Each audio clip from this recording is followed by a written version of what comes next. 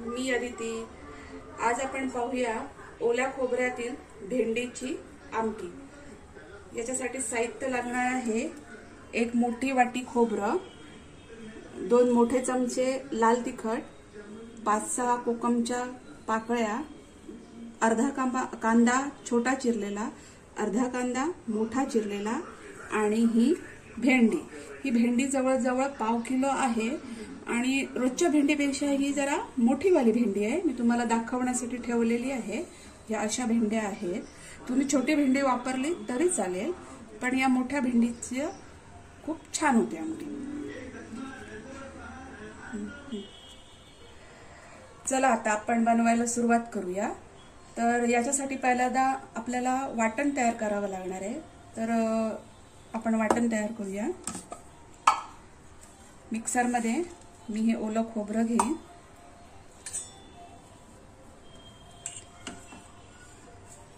त्याच्याबरोबर हा उभा चिरलेला कांदा आणि हे लाल तिखट।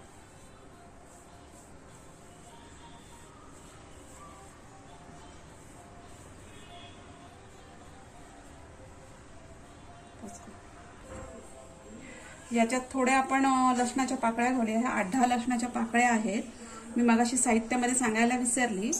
तर साहित्यामध्ये आपल्याला अजून लसूण लागणार आहे, फोडणीसाठी तेल लागणार आहे, पाणी लागणार आहे आणि मीठ लागणार आहे। तर आता ह्या वाटणामध्ये मी ओलं खोबरं, कांदा, लाल तिखट आणि हे लसूण एवढं घातलेलं आहे आणि याचं आपण आता वाटण करून घेऊया।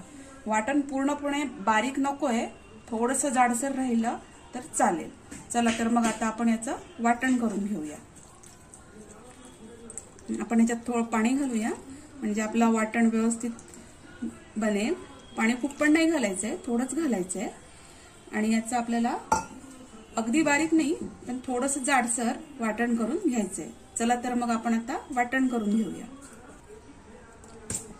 आपण याचं असं जाडसर वाटण करून घेतलंय।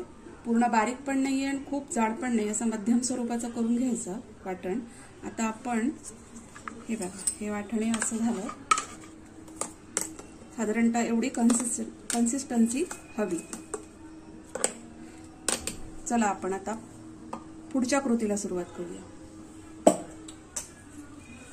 आपण गॅस पेटवून घेऊया आणि तेल तापत ठेवूया। आता पहिली कढई व्यवस्थित तापून घेऊया आणि तेल घालून ते पण व्यवस्थित तापून घेऊया। याच्यासाठी जास्त तेलाची गरज नाहीये, पण 2 चमचे तेल पुरेसा आहे। मी आता हे अंदाजेच घालतेय, तुम्हाला जेवढी गरज आहे तेवढं तुम्ही वापरू शकता, पण जास्त तेल वापरण्याची जास्त काही गरज नाही।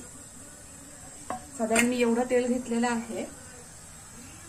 तेल चांगलं तापलं की आपण त्याच्यात हा छोटा चिरलेला कांदा घालूया।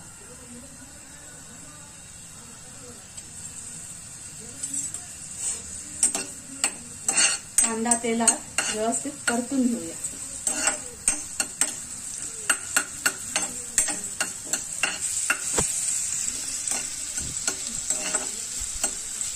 या तेलामध्ये हा कांदा व्यवस्थित परतून घेऊया। खूप ब्राऊन करण्याची गरज नाहीये, पण थोडाफार ब्राऊन चालेल।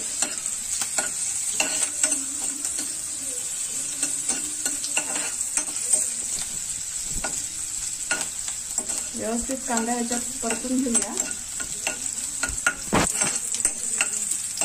हा कांदा एवढा भाजून घ्यायचा तेलामध्ये आणि मग जे आपण वाटण तयार करून घेतलंय ते वाटण त्याच्यात घालायचं।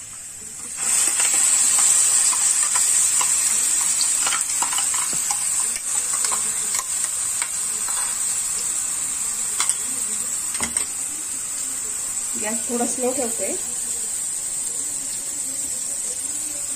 आणि मिक्सर मध्ये पाणी घालून आपण त्या वाटण मध्ये घालूया।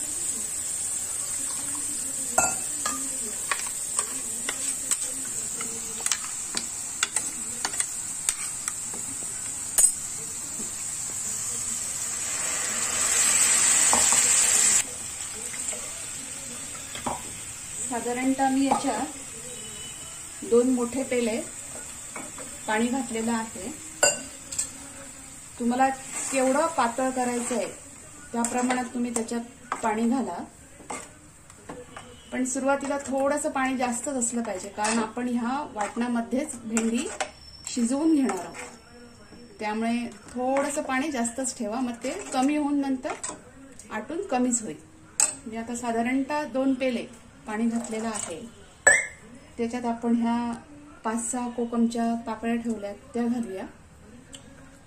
चवीनुसार मीठ घालूया आणि याला एक चांगली उकळी आणूया. मी आता गॅस मोठा केला आणि याला आता एक चांगली उकळी आणूया.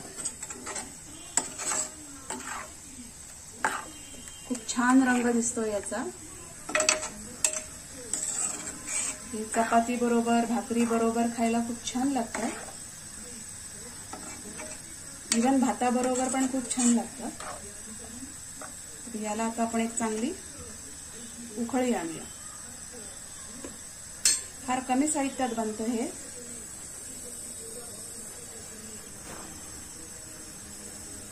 फार टेस्टी लागतं हे. याच्यात तुम्हाला जेवढं तिखट पाहिजे असेल तेवढं तुम्ही तिखट वाढवू शकता. तुम्हाला पातळ हवं असेल तर तुम्ही पातळ ठेवू शकता.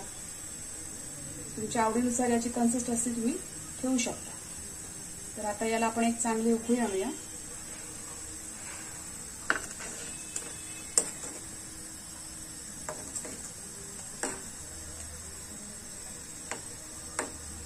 चला, आता याला चांगली अशी उकळी आलेली आहे. ही बघा, अशी उकळी आली की नंतर आपण याच्यात ही भेंडी घालूया. ही भेंडी जवळजवळ 1/2 किलो आहे. त्याचे असे मी तुकडे करून घेतलेले आहेत. तर ही भेंडी आता याच्यात घालायची. भेंडी घातल्यानंतर व्यवस्थित मिक्स करून घेऊया.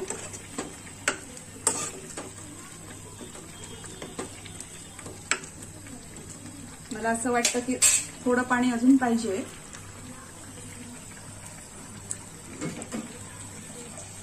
असं वाटतं की याच्यात थोडं पाणी अजून पाहिजे. थोडं पाणी घालूया.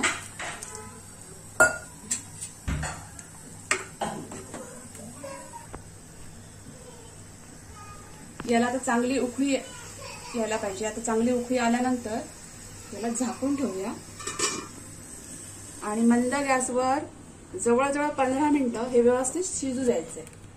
तर आपण आता 15 मिनिटं वाट बघूया. 15 मिनिटानंतर बघू आपली रेसिपी कशी होतीये. चला, आपण आता चेक करून बघूया. वाव,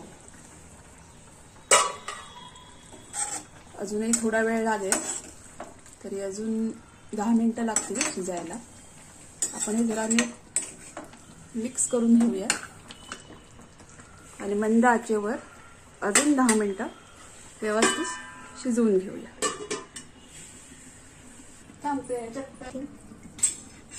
आता जवळजवळ 15 मिनिटं झाली आहेत. आपण आता चेक करूया. वाव,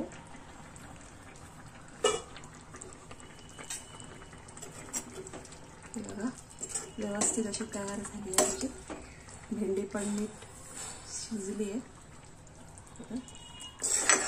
तर आता ही आपली भाजी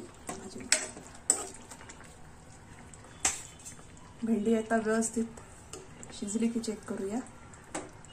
हो, भेंडी व्यवस्थित शिजली आहे. आता आपण चेक करून बघूया भेंडी व्यवस्थित शिजली आहे का. भेंडी शिजली आहे म्हणजे आपली खोबऱ्याची भेंड्याची आमटी आता तयार झाली आहे. तुम्हाला अजून जर पातळ हवी असेल तर तुम्ही करू शकता पाणी ऍड करून. पण मला ही इतपतच दाट पाहिजे. मला ही भाकरी सोबत द्यायची. आता गॅस बंद करूया आणि बाउलमध्ये ही भाजी भेंड्याची काढूया. तर अशा प्रकारे आपली खोबऱ्यातली भेंड्याची आमटी तयार आहे. तुम्ही ही चपाती, भाकरी किंवा भातासोबत सुद्धा खाऊ शकता. माझा हा व्हिडिओ आवडला असेल तर नक्की त्याला लाईक करा, शेअर करा आणि सबस्क्राईब करा. बाय.